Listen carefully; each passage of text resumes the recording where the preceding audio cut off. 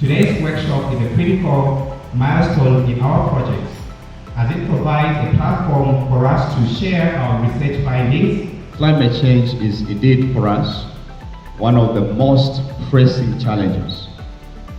And as a country, this is actually a crisis that is already changing the lives of our people.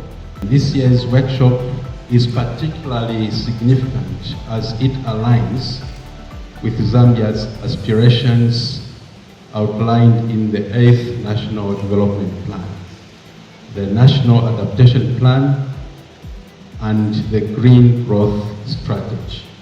With these remarks, ladies and gentlemen, it is now my honor to officially declare the 4th Annual Climate Compatible Growth Network Workshop open.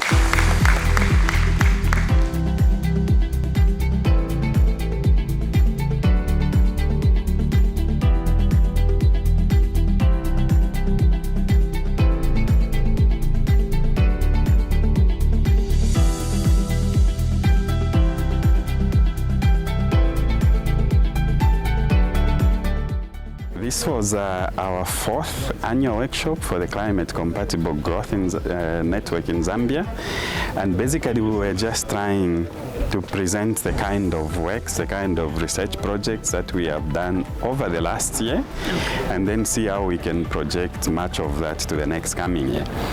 By that we mean we were looking at the projects that relate to low emission for different projects, different developmental activities in Zambia.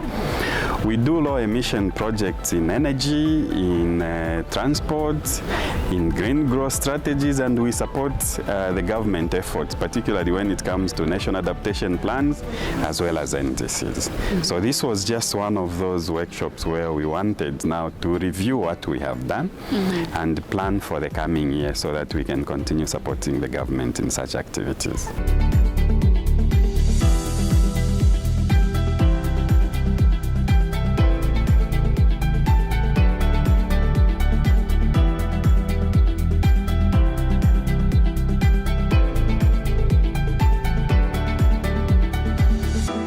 CCG is actually a UK-funded project, so the FCDO have actually been our funders for this.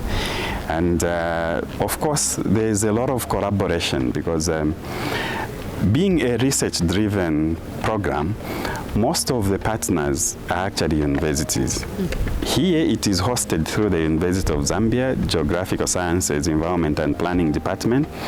But our partners are University of Oxford, UCL in London, Cambridge University, and so many other universities. But also it is also implemented in some 5 or 6, because we are actually adding Malawi to the list. So it's being implemented in a number of countries. In Africa we have Kenya, we also have Ghana, but Malawi is coming on board. But India is also one of those that are on board, Vietnam and Laos. So it's a network that is not only growing in Zambia, but is also growing internationally. I've been following CCG now for I think more than 2 years, and I have to say I'm truly impressed by what the program has delivered, but perhaps maybe more importantly how. It's through true partnership. I think CCG and all colleagues, experts, practitioners who I think are unified through an aim to advance their sectors, collaborate across sectors, across partners in a way which I think will generate impact well beyond the program, because it forms relationships and networks which will last beyond the program, and thereby contribute to Zambia's prosperity well into the future. For the past few months, I've been based here in Lusaka, developing an IRP financing strategy for Zambia as part of the Data to Deal framework. And while it is a very comprehensive plan in terms of all the energy expansions that need to take place in order for Zambia to reach its development goals and meet projected demand, it is rather silent on the financing aspect or how to actually implement that plan. And so this strategy, it aims to integrate the 4 CCG finance tools for the first time to support interactions between the energy sector and the financial sector. And this work firstly includes presenting the financial implications of IRP implementation, which is expected to cost 11.6 billion by 2030 and increasing to 31 billion by 2050 in capital cost terms, which, to put into context, this is about 7 times the amount that was historically mobilized for the energy sector between 2010 and 2024. The activities we look into are things that the government are working in. Their priority areas are also our priority areas. For instance, when it comes to enhancing low emission transport, we try and research in areas that can help the government to develop developmental activities relating to the transport sector that will help to generate as low emissions as possible so that they can reach their NDC pledges. In all the discussions that you hear about decarbonizing freight, the emphasis is to promote the shift from road to rail. So now, of course, for a country like Zambia, because we are landlocked, road transport is likely to remain an important mode of transport for freight. But you can already see shifts towards rail. And even from the policy side, there's an SI that's trying to compel the movement, of goods from road to rail, and even trying to compel exporters or importers to actually use rail transportation as opposed to road transport. So we also have Tazara being revitalized. That's also a good shift from road to rail if it comes up. The Lobito Corridor Trading Agreement, for example, also has provisions for infrastructure developments in rail transport. So I think we are sort of like, of course there are concerns around how many of these agreements we are getting into, but you can see that we are aligning towards shifting from road transport to rail transport. For a while, we've dealt a lot with energy, we've dealt with transport. We've also dealt with critical minerals and land use, but we wanted to find out if the stakeholders feel we can venture into other activities. Of course, a lot of things came up because now we have to strengthen even areas that we have not been as strong in, such as gender and inclusivity. Yes. So in future, some of the activities and projects that we engage in, yes, will continue being low emission, but they'll be a lot more inclusive in nature. Female youth, they're not as consulted, for example, when designing drainage systems, and also female elderly, despite also respected, slightly less so than males. In the third circle, we had women and girls, and then in the outermost circle, refugees, who are almost kind of completely excluded from infrastructure planning, and it's quite a controversial topic, as well as people living with disabilities. We thought they weren't kind of consulted enough in the data collection phase, as well as the infrastructure planning. When we talk about exclusion, the quickest example that I give is for all of us here, we have got homes. And at some point, people have changed bedroom. You change the bedroom, you start using the other bedroom. Why? Because on your way to work or somewhere you have injured your leg, now you can't access your bedroom because there are staircases or something. That's what we should be thinking about, that we should design our infrastructure in such a way that you can use it in whatever state you are. How well would you rank this workshop in terms of inclusion? What have we done well and what could we do better? Just as a kind of thought activity. I think what has been done well is in terms of expertise to try to draw people from different backgrounds. We can still do more. But in terms of inclusion, the photo exercise yesterday is one of the examples that we can do better.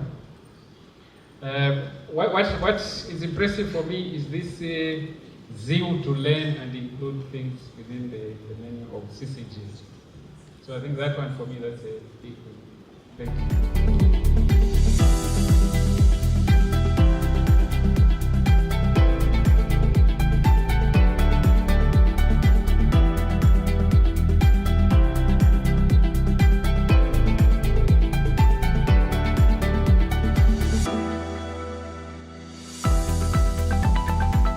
as regards energy, we developed the integrated resource plan for Zambia under the CCG, and this is a plan that basically helps Zambia as a country to identify areas that we can strengthen for us to become energy sufficient.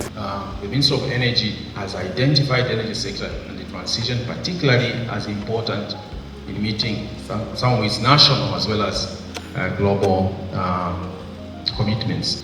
So I think it's a discussion that needs to be put on the table and seriously begin to look at how we can transform households, especially urban ones, from charcoal to LPG and electricity. In 2022, there's a proportion of CDF to the tune of 1 million that was allocated to communities.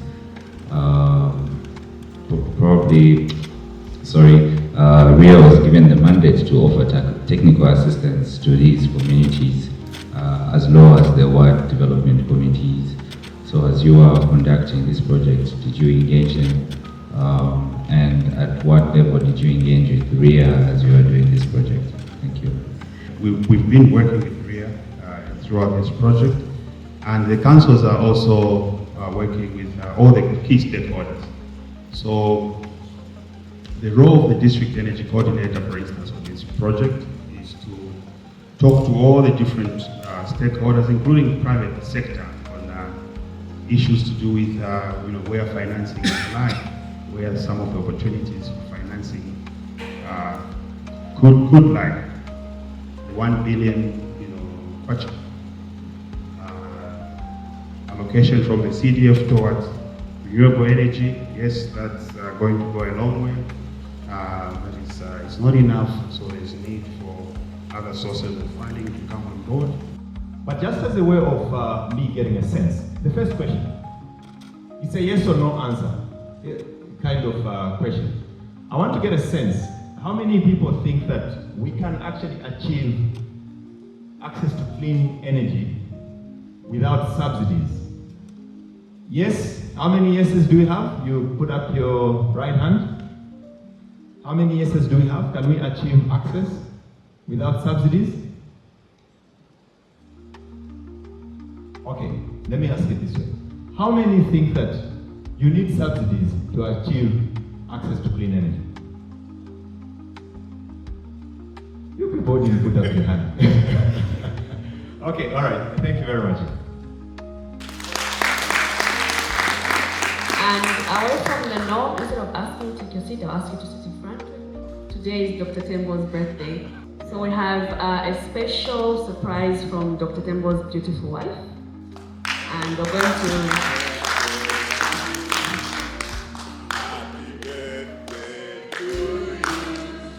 Happy birthday, happy birthday, happy birthday to you.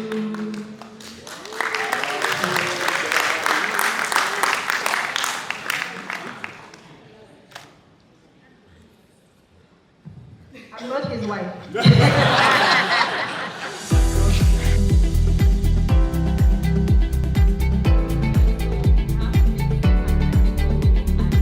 The government have been on board and have supported us through and through, and this is why we can only continue thanking and encouraging that they continue with the support they are giving to us. Other stakeholders, CSOs, we've worked with ZIPA, we've worked with Lloyds Financials, we've worked with CEZ, and so many other stakeholders. Copperbelt University, UNZA have all come on board to support us. So really we can't complain about the support we have received.